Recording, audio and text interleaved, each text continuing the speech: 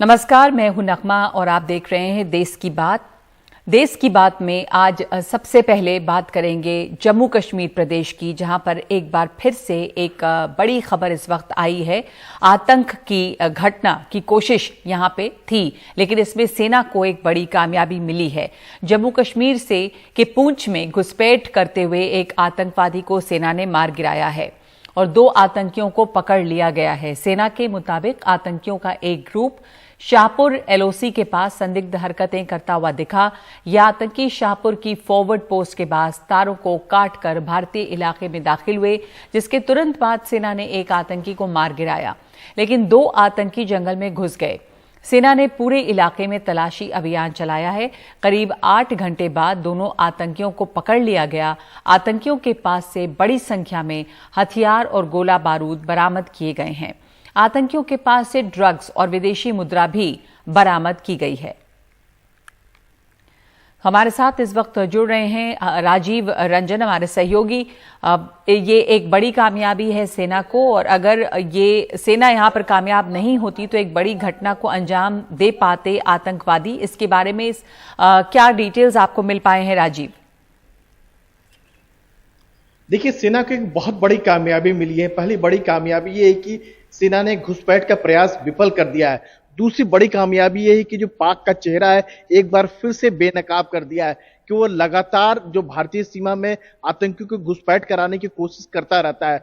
जैसे ही सेना को कल रात को खबर मिली कि एलओसी पास जो है आतंकियों की संदिग्ध मूवमेंट हो रही है, सेना के जवान सतर्क हो गए और जैसे ये तीनों आतंकियों का ग्रुप जो है भारतीय इलाके में दाखिल हुआ और फेंसिंग को काट कर भारतीय इलाके में घुसने की कोशिश किया, अलर्ट जवानों ने उन्हें चुनौती दी, फायरिंग हुई और तुरंत एक आतंकी को वहां पर मार गिराया गया। और उसके बाद 2 आतंकी जो हैं जो घने जंगल का फायदा उठा के भाग निकले थे।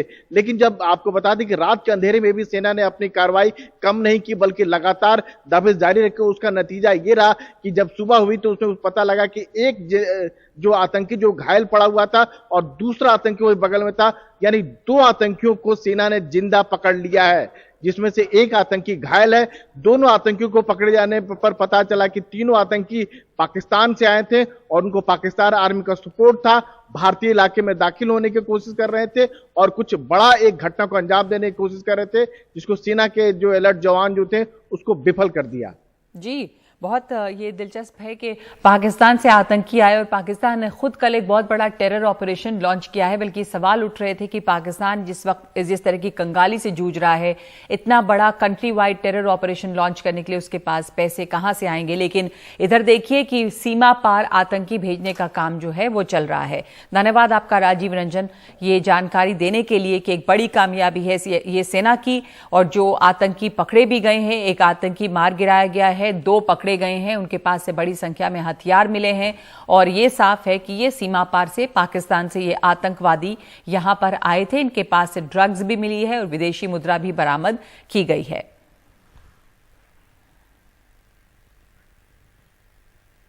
तो अगली खबर राजस्थान की राजनीति की। सचिन पायलट बनाम अशोक गहलोत, ये टकराव है जो खत्म होता ही नहीं, रह रह के सामने आ जाता है।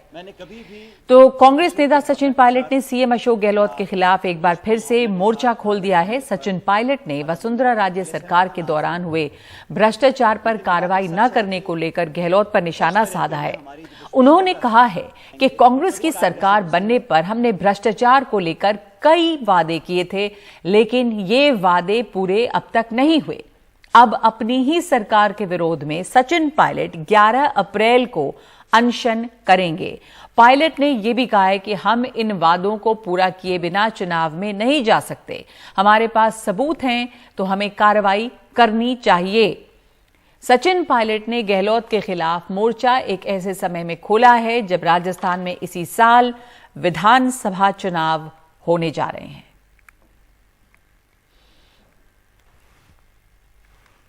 विपक्ष में थे तब तथ्य हमारे पास आ रहे थे, तो मैं नहीं मानता हूं कि सरकार में आने के बाद हमारे पास वो संकल्प शक्ति नहीं होगी कि हम उन तथ्यों को उजागर कर सकें। और ये जांच का विषय मैंने नहीं कहा, तो कई बार आप देखा मुख्यमंत्री जी ने बोला है, कई बार सदन में बोला है, सदन के बाहर बोला है, तो इसलिए मैं समझता हूं बहुत जरूरी है।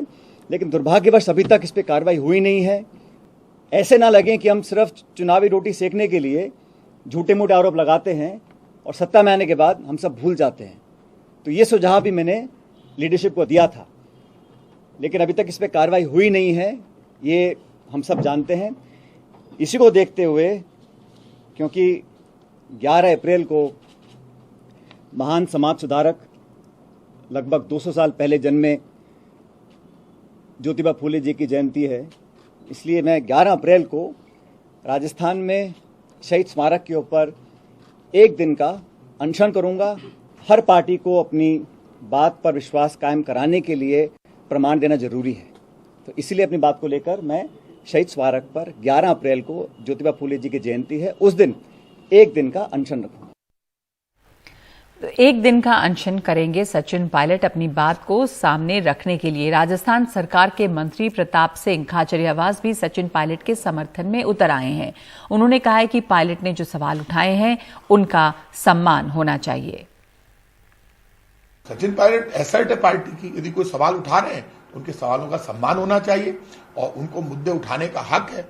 पार्टी में कोई भी आदमी डेमोक्रेटिक पार्टी में अपनी आवाज उठा सकता है। और इशू करप्शन है, करप्शन के इशू पर, बीजेपी के करप्शन के इशू पर कहीं भी मुझे भी लड़ना पड़े तो मैं तैयार बैठा हूं, कोई दिक्कत नहीं। जांच तो हम सरकार में है, आम नागरिक भी यदि कोई सवाल खड़े करे बीजेपी के करप्शन को लेकर कि बीजेपी में इतने घोटाले हुए बीजेपी की सरकार में, तो हमें जांच करानी चाहिए। उसमें क्या हो गया? वो यदि इशू सचिन पायलट जी ने उठाया तो क्या गुनाह कर दिया? ये तो कह रहे हैं जांच करा लो, इन पे कार्रवाई कब करोगे, सवाल पूछो तो क्या गुनाह कर दिया? इसमें कोई गुनाह नहीं, मैं इसको गलत नहीं मानता। जो सवाल पायलट साहब ने मुख्यमंत्री जी से पूछे हैं वो मैं क्यों जवाब दूं? मैं कह रहा हूं ना, हर व्यक्ति को, जो भी नागरिक बीजेपी सरकार के घोटाले उठाए मैं उसका सम्मान करता हूं। और वो तो सचिन पायलट सीनियर लीडर है कांग्रेस के, मैं जब जिलाध्यक्ष हूं आज भी, और वो तो प्रदेश अध्यक्ष थे, तो उनके साथ में दोनों के कंधे भिड़ भिड़ के आंदोलन किए हैं। दोनों ने खूब धक्के खाए हमने जयपुर में, तो वो धक्के मैं भूला नहीं भाई साहब। मैं उनके उठाए गए मुद्दों का सम्मान करता हूं, ये सुन लो आप। लेकिन उन्होंने सवाल मुख्यमंत्री जी से किए हैं, तो मुख्यमंत्री जी ने, मैं सरकार का प्रवक्ता जरूर हूं, मैं आपको जवाब दे रहा हूं बड़े सम्मान से। मेरी ना तो मुख्यमंत्री जी से कोई लड़ाई, उनसे भी कोई लड़ाई नहीं है, पायलट साहब से भी मेरी कोई लड़ाई नहीं है। मेरे लिए दोनों सम्माननीय है। अब ये जवाब तो हमारे प्रभारी रंधावा साहब दे सकते हैं या मुख्यमंत्री जी दे सकते हैं। तो बहुत ही अक्लमंदी के साथ प्रताप सिंह खाचरियावास ने अपने ये जवाब नहीं दिया और सवाल को टाला कि मैं तो बहुत छोटा सा नेता हूं जिला लेवल का, अब या तो मुख्यमंत्री जवाब दें, और सचिन पायलट एक बड़े नेता हैं तो उनका जो सवाल है उसका सम्मान भी कर रहे हैं। तो दिल्ली में भी कांग्रेस अध्यक्ष मल्लिकार्जुन खड़गे के घर पर इस मुद्दे पर बैठक चल रही है और कांग्रेस इसे लेकर बयान भी जारी करेगी। हमारे साथ मौजूद हैं उमाशंकर सिंह, हमारे सहयोगी, इस पर चर्चा के लिए। यहां पर कांग्रेस की मुश्किल एक बार फिर से बढ़ गई है। ये सचिन पायलट बनाम अशोक गहलोत टकराव खत्म तो होता ही नहीं, लेकिन रह रह कर सर उठाता है। अब चुनाव नजदीक है, एक बार फिर से करप्शन का ही मुद्दा जो उठाया है सचिन पायलट ने, उमा, उसको लेकर एक बड़ी मुश्किल हो गई है, क्योंकि ये दो फाड़ है और अब चुनाव में जाना है। दूसरे प्रताप सिंह खाचरियावास को हम सुन रहे हैं कि वो बहुत बीच की बात कर रहे हैं कि सम्मान सचिन पायलट का भी हम करते हैं, सवालों का जवाब हम नहीं देंगे, मुख्यमंत्री दें। तो क्या संकेत मिल रहे हैं? जी देखिए नगमा, सचिन पायलट ने बेशक मुद्दा बीजेपी के भ्रष्टाचार का उठाया है, लेकिन जिस तरीके से उन्होंने अनशन की बात की है, एक दिन के अनशन की बात की है 11 अप्रैल को, और जिस तरीके से अशोक गहलोत सरकार पर ये हमला बोला है कि उन्होंने कार्रवाई नहीं की समय रहते, ये पार्टी में इसको सही तौर पे नहीं लिया गया है। और इसका सबूत जो नासिर हुसैन है उनके बयान के तौर पे सामने आया है, और उन्होंने ये कहा है कि ये बातें पार्टी फोरम पे रखी जानी चाहिए। जहां तक राजस्थान में कांग्रेस के अंदर मतभेद और खींचतान की बात है, वो एक लंबी चली आ रही खींचतान है और सभी इससे वाकिफ हैं। लगातार सचिन पायलट खेमे की ये कोशिश ये रही है कि जो कुर्सी है वो उनको दी जाए। दूसरी तरफ अशोक गहलोत जो हैं उन्होंने भी खुले तौर पे कई बार बयान दिया है और सचिन पायलट के खिलाफ बयान दिया है। तो ये जो लड़ाई है कांग्रेस की वो खुले तौर पे चलती रही है, लेकिन आज जिस तरह से सचिन पायलट ने प्रेस कॉन्फ्रेंस कर अशोक गहलोत सरकार को निशाना साधा है, इसके बाद यहाँ जो कांग्रेस को कर्नाटक को लेकर जो कांग्रेस की मीटिंग चल चल रही है, उसी बीच में जयराम रमेश जो कि मीडिया इंचार्ज भी हैं, वो यहाँ पर आए। उन्होंने खड़गे से मुलाकात की, जो कांग्रेस के प्रेसिडेंट हैं, और इसी मीटिंग में राहुल गांधी भी मौजूद हैं, जिनके आधार पर सचिन पायलट खेमे का ये दावा रहा है कि वो सपोर्टिव रहे हैं और उन्होंने ही ये 2.5 साल का फॉर्मूला दिया था मुख्यमंत्री बनने का। तो इस बीच में अब ये देखना यह है कि अब से थोड़ी देर के बाद जो कांग्रेस की तरफ से बयान जारी होगा राजस्थान के मुद्दे पर, और जिस तरीके से सचिन पायलट ने प्रेस कॉन्फ्रेंस किया, उसमें देखना है कि क्या होता है। क्या किसी तरह से नोटिस जारी किया जाता है सचिन पायलट को इस तरह से खुले तौर पर सरकार पर हमला बोलने के लिए, और खासतौर पर तब जबकि चुनाव नजदीक है, या फिर जैसा कि आपको याद होगा कि एक बार गैग ऑर्डर दिया गया था कि दोनों ही पक्ष जो हैं वो बयानों में संयम बरतें और किसी तरह की ऐसी बयानबाजी ना करें जो दूसरे को नुकसान पहुंचाने वाली हो और अंततः पार्टी को नुकसान पहुंचाने वाली हो। तो अब देखना है कि कांग्रेस हाईकमान ने किस रूप में लिया है सचिन पायलट के इस प्रेस कॉन्फ्रेंस को और अनशन के उनके इरादे को। वो अब से थोड़ी देर के बाद जब कांग्रेस पार्टी का बयान सामने आएगा तो उससे जाहिर होगा। लेकिन कांग्रेस पार्टी में एक बार फिर से अप्रिय स्थिति तो बनती दिख ही रही है, खासतौर पर इस प्रेस कॉन्फ्रेंस के बाद। नगमा, बिल्कुल, यहाँ पर ये लग रहा है कि सचिन पायलट ने जो सवाल उठाए हैं उसको लेकर भी एक नाराजगी है, जैसा आप बता रहे हैं। तो दिल्ली में भी आलाकमान को ये बात शायद उमा ठीक नहीं लगी है कि सचिन पायलट इस प्लेटफॉर्म पे आकर नहीं कहीं और ये बात उठा रहे हैं और उसके बाद वो अनशन पर भी जा रहे हैं। तो यहाँ पर जो हेडक्वार्टर्स में समर्थन अशोक गहलोत के साथ ही दिख रहा है। जैसा राजस्थान में हमने प्रताप सिंह खाचरियावास को सुना, वहां पर वो एक बीच की बात कर रहे हैं कि सचिन पायलट का सवाल वाजिब है, मुख्यमंत्री को जवाब देना चाहिए। तो वहां क्या मूड दिख रहा है और यहां कैसा लग रहा है? जी देखिए, जहां तक राजस्थान की बात है तो अशोक गहलोत खेमे का और खुद अशोक गहलोत का दावा रहा है, और वो ये दिखाते भी रही हैं कि ज्यादातर जो विधायक हैं वो उनके साथ हैं। तकरीबन 100 के आसपास विधायक जो हैं उनके साथ बने रहे हैं। और जब एक सीएलपी मीटिंग बुलाई गई थी तो उसमें जो विधायक हैं वो नहीं पहुंचे थे और काफी लंबा वो जो खींचतान है वो चली थी। उसके बाद अनुशासनात्मक कार्रवाई की बात भी हुई थी, खासतौर पर उन लोगों के खिलाफ जिन्होंने इस मीटिंग को अंजाम दिया था। सचिन पायलट खेमे का ये भी शिकायत रहा है कि उन लोगों के खिलाफ जो है वो अनुशासनात्मक कार्रवाई नहीं हुई। हालांकि नोटिस जारी हुआ था लेकिन कार्रवाई नहीं हुई। तो ये जो खींचतान है वो जैसे जैसे चुनाव नजदीक आता जा रहा है और सचिन पायलट खेमे की निराशा जैसे जैसे बढ़ती जा रही है वो और ज्यादा तीक्ष्ण रूप में सामने आएगा, और उसी का सबूत है आज का ये प्रेस कॉन्फ्रेंस। लेकिन अब देखना है कि इस पूरे मामले को किस रूप में लिया है कांग्रेस हाईकमान ने, क्योंकि लगातार ये कोशिश रही है कांग्रेस हाईकमान की कि राजस्थान के झगड़े को सुलझाया जाए। और इसलिए जब मल्लिकार्जुन खड़गे जो कि जब अध्यक्ष नहीं थे तब उनको एक सीनियर ऑब्जर्वर बनाकर भेजा गया था अजय माकन के साथ, और वहां 2 दिन बैठकर उन लोगों ने कोशिश की थी कि कोई एक बीच का रास्ता निकाला जाए। लेकिन अशोक गहलोत क्योंकि खुले तौर पे ये कह चुके हैं कि वो सचिन पायलट को सीएम नहीं बनने देंगे चाहे कोई और दूसरा बन जाए, क्योंकि उन लोगों ने एक बार पार्टी से बगावत की, ये हमेशा कहना रहा है अशोक गहलोत का भी। तो एक ऐसी स्थिति है जहां पे विधायक अशोक गहलोत के साथ नजर आते हैं। दूसरी तरफ जहां तक युवा ऊर्जा और संगठन की बात है तो 2018 के चुनाव के मद्देनजर जो कुछ मेहनत सचिन पायलट की तरफ से की गई थी उसकी भी दुहाई दी जाती है। तो दोनों ही तरफ का पलड़ा इस तरह का है कि कांग्रेस हाईकमान को एक फैसला लेने में काफी मुश्किल आ रही है। लेकिन नजर अब इस बात पर है कि आज जो सचिन पायलट ने किया है उसके बाद कांग्रेस हाईकमान या कांग्रेस की तरफ से औपचारिक प्रतिक्रिया क्या आती है। जी जी, धन्यवाद आपका उमा। और आगे बढ़ते हैं, यहाँ पे जो अशोक गहलोत और सचिन पायलट का टकराव है वो एक बार फिर से बढ़ेगा और राजस्थान में चुनाव हैं तो इसे लेकर एक मुसीबत कांग्रेस के लिए और खड़ी होगी।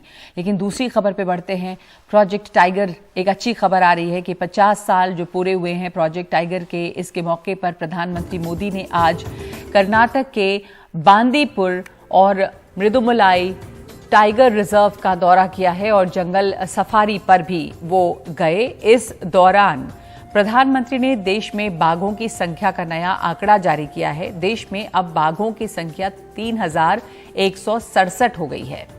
2018 में बाघों की संख्या 2967 थी। वहीं 2014 में बाघों की संख्या 2226 थी। देश में बाघों की संख्या पिछले 4 सालों में 6.7% बढ़ी है। इस मौके पर प्रधानमंत्री ने इंटरनेशनल बिग कैट्स अलायंस की भी शुरुआत की है और इस कार्यक्रम में कहा कि भारत में न सिर्फ बाघों को बचाया है बल्कि उनकी आबादी बढ़ाने के लिए अनुकूल माहौल भी बनाया। उन्होंने ये कहा कि प्रोजेक्ट टाइगर की सफलता न सिर्फ भारत बल्कि पूरी दुनिया के लिए भी एक गर्व का विषय है। प्रकृति की रक्षा करना हमारी संस्कृति का हिस्सा है।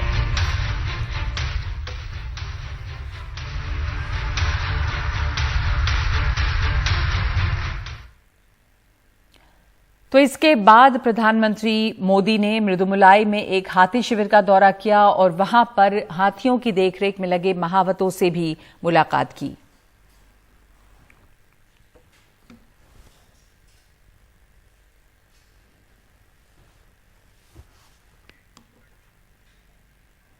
और बीजेपी की केंद्रीय चुनाव समिति की बैठक बीजेपी मुख्यालय पहुंच गए हैं प्रधानमंत्री। कर्नाटक चुनाव के लिए आज बीजेपी की पहली लिस्ट आ सकती है और कांग्रेस अपने उम्मीदवारों की 2 लिस्ट जारी कर चुकी है।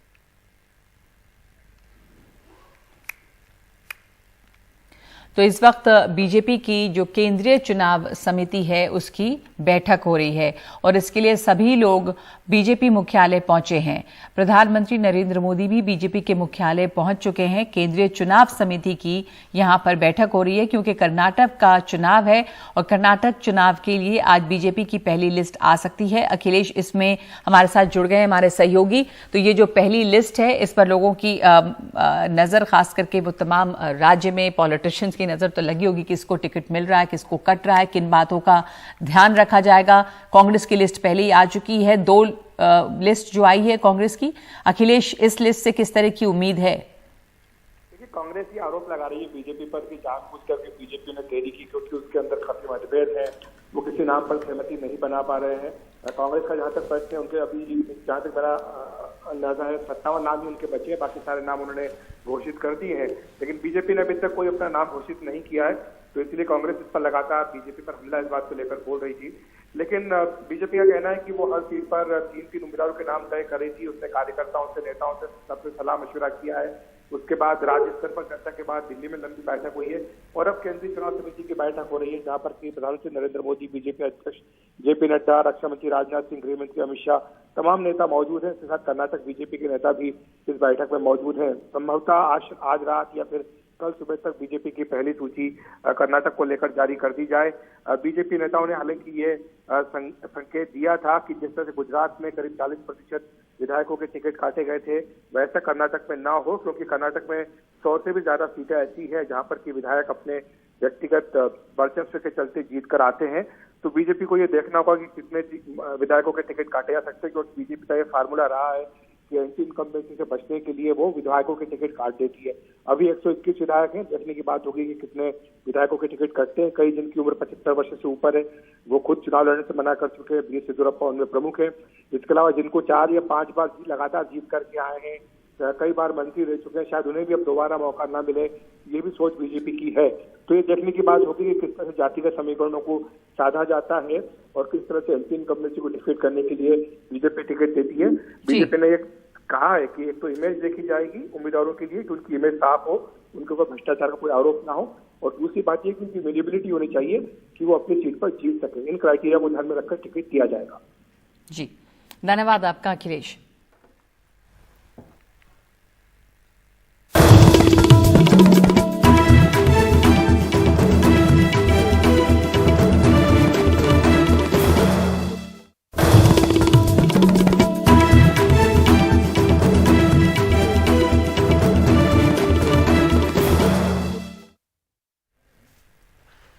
तो राजस्थान में कांग्रेस नेता सचिन पायलट ने चीफ मिनिस्टर अशोक गहलोत के खिलाफ एक बार फिर से अपनी लड़ाई शुरू कर दी है। सवाल उठाए हैं सचिन पायलट ने और उसका जवाब चाहते हैं सरकार से।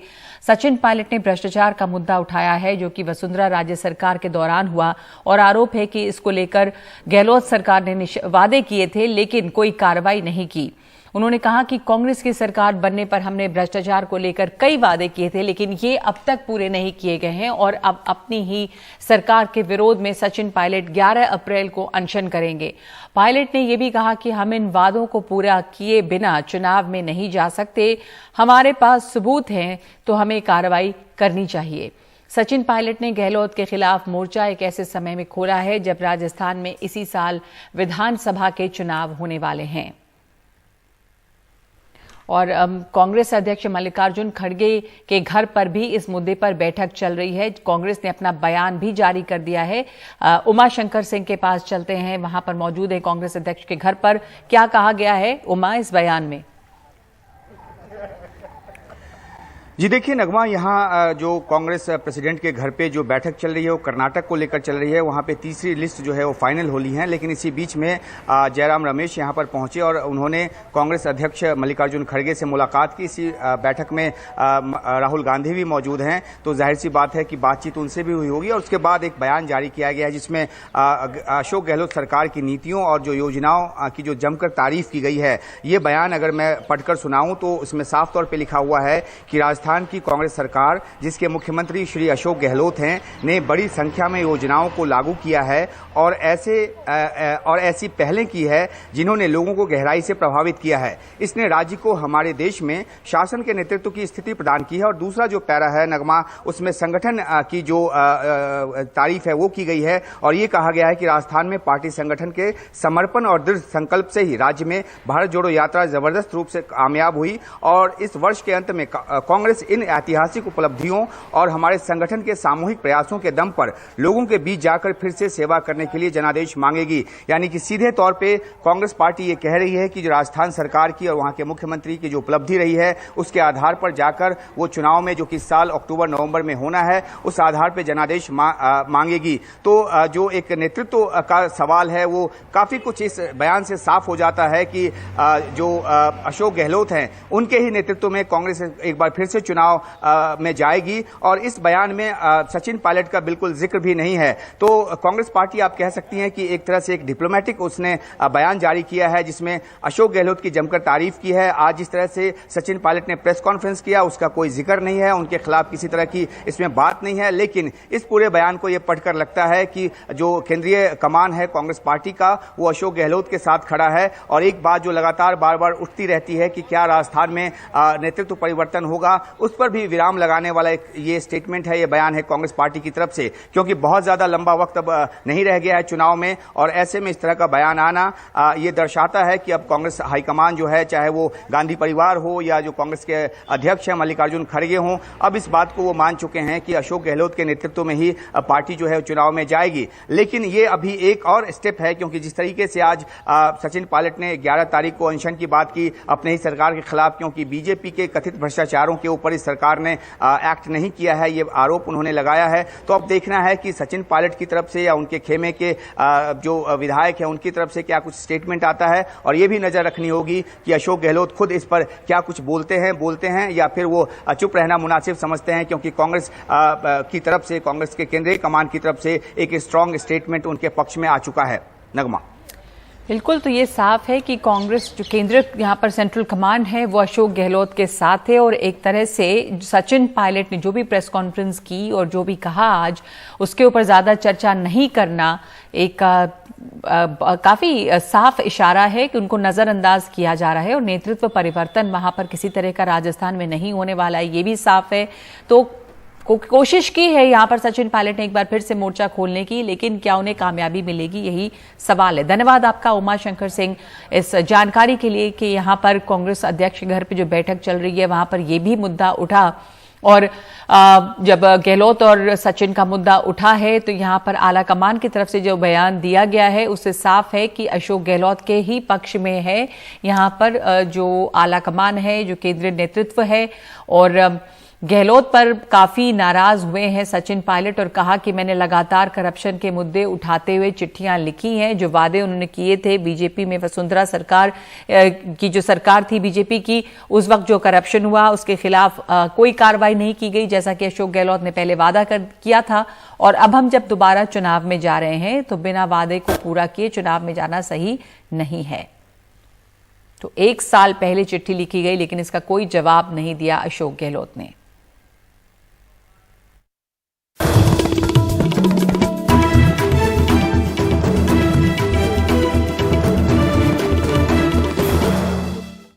और प्रयागराज के चर्चित उमेश पाल हत्याकांड में यूपी एसटीएफ दिल्ली में अतीक अहमद के बेटे असद की तलाश कर रही है।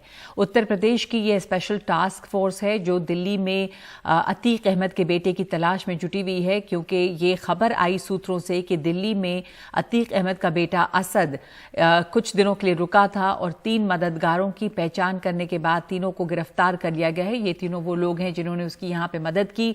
सूत्रों के मुताबिक उमेश पाल हत्याकांड के बाद असद मार्च के पहले हफ्ते में दिल्ली आया और करीब 15 दिन तक यहां छुपा रहा। असद ने दिल्ली में रहने वाले अपने एक पुराने ड्राइवर को मेरठ भी भेजा था, जो उसके लिए पैसे लेकर वापस दिल्ली आया था। सूत्रों के मुताबिक पुलिस ने ड्राइवर को दिल्ली के साकेत से गिरफ्तार किया है और दिल्ली से ही असद के बाकी 2 मददगार आरिफ और जावेद को भी यूपी एसटीएफ ने गिरफ्तार किया है।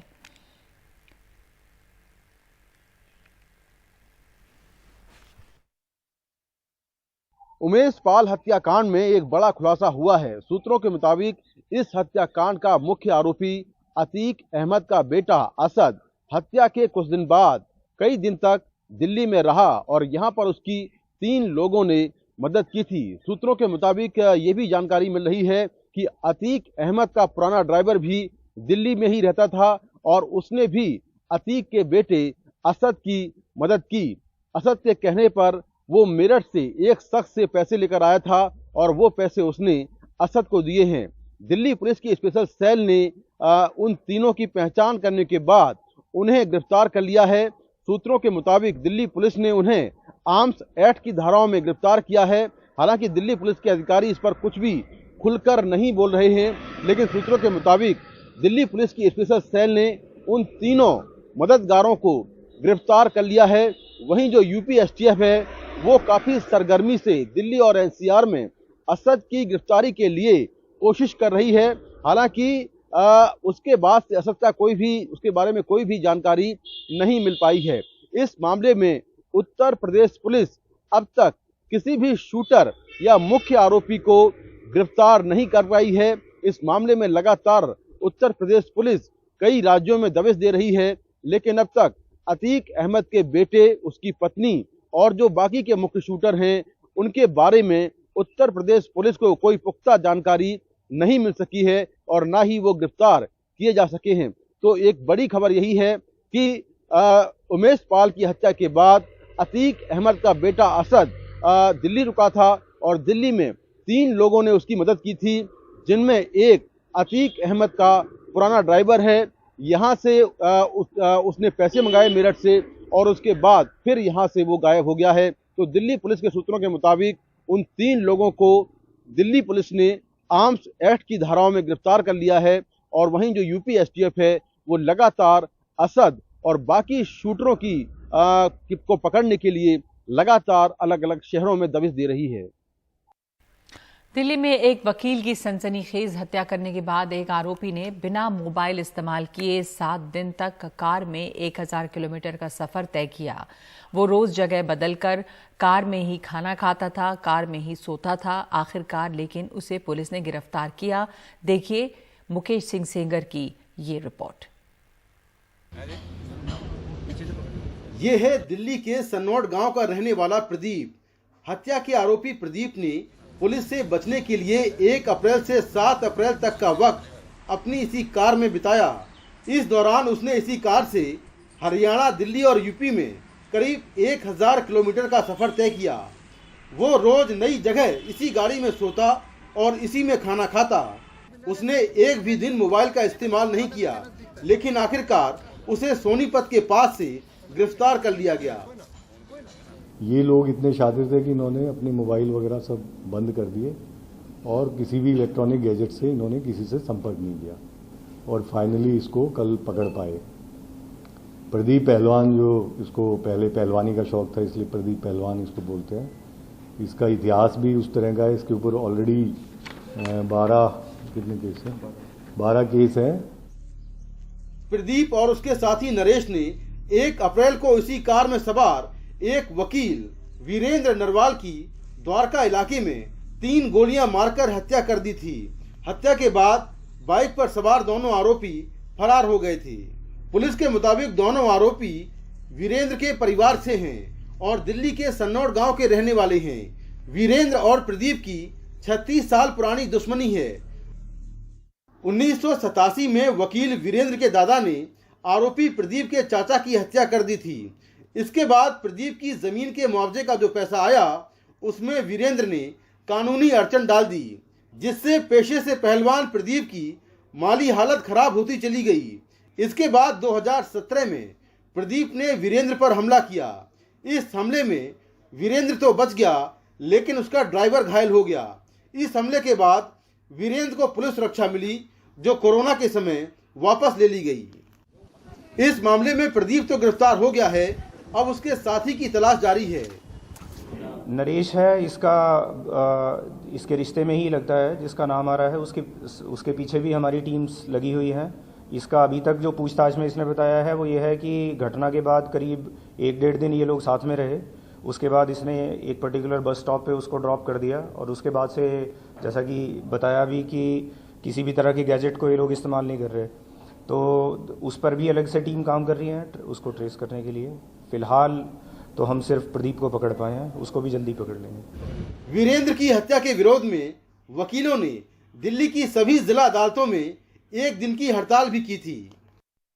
प्रदीप ने न सिर्फ सनसनीखेज तरीके से हत्याकांड को अंजाम दिया, बल्कि वो इतना शातिर है कि पुलिस से बचने के लिए हर पैंतरे अपना रहा था, लेकिन आखिरकार पुलिस ने उसे गिरफ्तार कर लिया। अब उसके दूसरे साथी की तलाश जारी है। नई दिल्ली से Mukesh Singh Sengar, NDTV India. Greater Noida के एनआरआई सिटी में रहने वाले अमेरिकी व्यापारी से तंत्र मंत्र के सहारे दिल की बीमारी ठीक करने का झांसा देकर एक तथाकथित तांत्रिक और उसके साथियों ने 3.25 करोड़ की ठगी की है। व्यापारी की पत्नी की शिकायत पर पुलिस ने 3 ठगों को गिरफ्तार किया है। पुलिस ने इनके पास से वारदात के लिए इस्तेमाल किए गए 1 लैपटॉप, 2 चेक, 4 मोबाइल फोन और कुछ नकद बरामद की है। पूरी वारदात को इन ठगों ने बहुत ही शातिर अंदाज में अंजाम देते हुए अप्रैल 2022 से लेकर फरवरी 2023 तक 2.75 करोड़ यानी कि 3.25 करोड़ रुपए अपने खाते में ट्रांसफर करवाए। इसके साथ ही आरोपियों ने पीड़ित से $35,000 भी लिए। पुलिस ने इस मामले में सभी आरोपियों को गिरफ्तार कर जेल भेज दिया है और एक महिला आरोपी की इसमें तलाश की जा रही है। ये कल एक कंप्लेन आया था, एक लेडी ने कंप्लेन किया था कि उनके जो हस्बैंड हैं उसको एनआरआई सिटी में एक फ्लैट में कुछ लोगों ने बंधक बना रखा है। इस पर तत्काल जो साइबर टीम है और चौकी इंचार्ज परिचौक पहुँचे और वहाँ पे ये पता चला कि एक व्यक्ति हैं संजय शर्मा, जो कि पंजाब अमृतसर के रहने वाले हैं और नोएडा में 1 वर्ष पूर्व आए थे यहाँ पे अपने हार्ट का इलाज कराने। वहाँ पे गार्डन गैलेरिया क्लब में वो एक व्यक्ति जिसका नाम हिमांशु है उससे मिले। हिमांशु ने बताया कि उसके संपर्क में एक बाबा है जिसका नाम फैज़ान है, मुरादाबाद का रहने वाला है, और विशाल जो भी मुरादाबाद का रहने वाला है। और ये लोग, इनके पास कुछ ऐसी शक्तियाँ हैं, ऐसी ट्रिक्स हैं जिससे आपका इलाज जो है पूरा कर देंगे। उसके बाद ये फैज़ान से मिले और फैज़ान ने कुछ ट्रिक्स दिखा के और कुछ ये बता के कि उसके पास कुछ शक्तियाँ हैं, कुछ तंत्र मंत्र वो जानता है। उससे इनका लगभग 1 साल इस तरह से इनके साथ ठगी करी है और जैसे कि इन्होंने बताया 2 से 3 करोड़ रुपए का ट्रांजैक्शन जो है हुआ है, जिसकी जांच करी जा रही है। बैंक अकाउंट्स के स्टेटमेंट्स देखे जा रहे हैं। फिलहाल संजय शर्मा को रेस्क्यू कर लिया गया है और 4 लोग जो हैं इसमें, हिमांशु, उसकी वाइफ मोना, फैज़ान और उसका साथी विशाल, ये लोग अरेस्टेड हैं।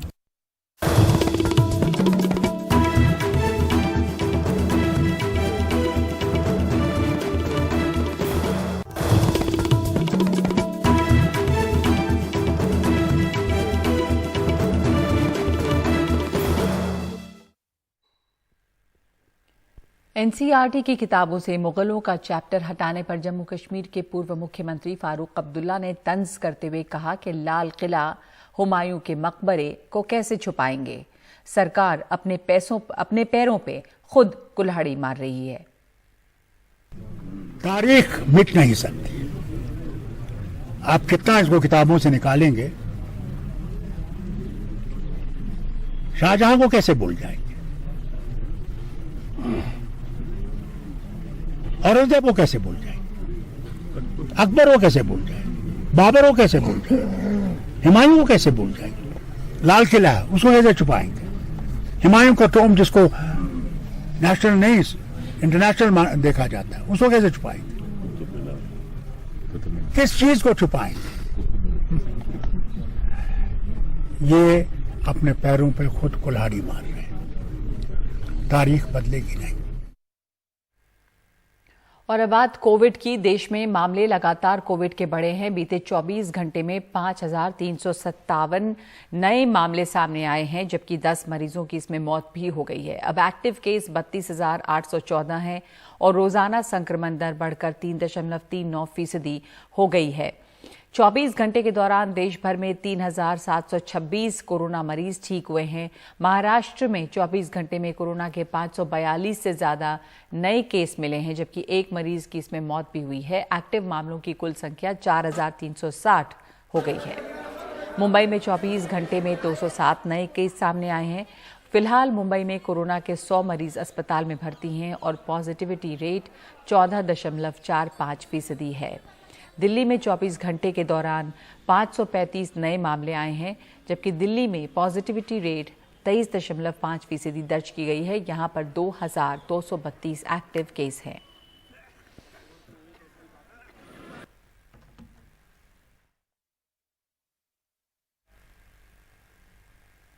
कोरोना से लगातार चिंता बढ़ रही है। 31 मार्च को जो केस रिकॉर्ड किए गए थे वो 3,095 थे, लेकिन ये लगातार बढ़ रहे हैं। 1 अप्रैल को ये कुछ कम हुआ 2,993 पर, उसके बाद आप देख रहे हैं कि ये फिर बढ़ा 3,832 पे पहुंचा, फिर 3,641 पे कुछ कम हुआ, फिर 4 अप्रैल को 3,038 हो गया, लेकिन उसके बाद 5 अप्रैल से ये मामले बढ़ने लगे हैं और अब 8 अप्रैल को 6,155 मामले सामने आए थे, जो कि आज 9 तारीख को 5,357 पे हैं।